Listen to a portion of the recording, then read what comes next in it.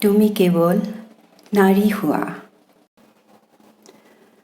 তোমাক কোনোদিনে কোনেও নকয় সেই সাধুকথা, যি সাধুকথাত লিখা থাকে নাৰীৰ গৌৰৱ গাথা।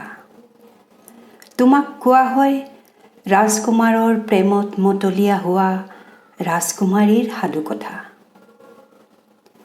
তোমাক ডাঙৰকৈ কথা ক'বলৈ দিয়া নহয়, সেয়া যে নাৰীৰ স্বভাৱ বিৰুদ্ধ।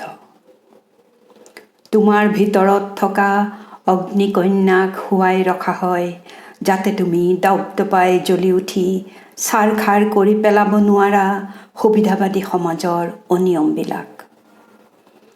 তোমাৰ মাজত থকা শত সহস্ৰ মাতৃয়ে জগাই তুলিব পাৰে জীৱন, সূৰ্যমুখী হৈ বোৱাই আনিব পাৰা তুমি পোহৰৰ অমৃত ধাৰা।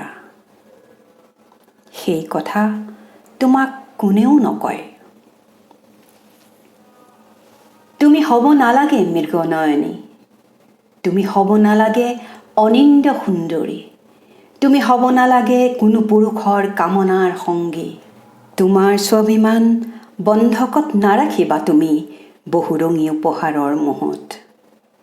তুমি নদী হোৱা, প্ৰয়োজনত সমাহিত মাতৃৰূপা, আৰু ক্ৰোধান্বিত হ'লে প্লাৱন হৈ উটুৱাই নিয়া সকলো। তুমি নাৰী হোৱা, যুগে যুগে বন্দিত নাৰী, যুগে যুগে পূজিত নাৰী।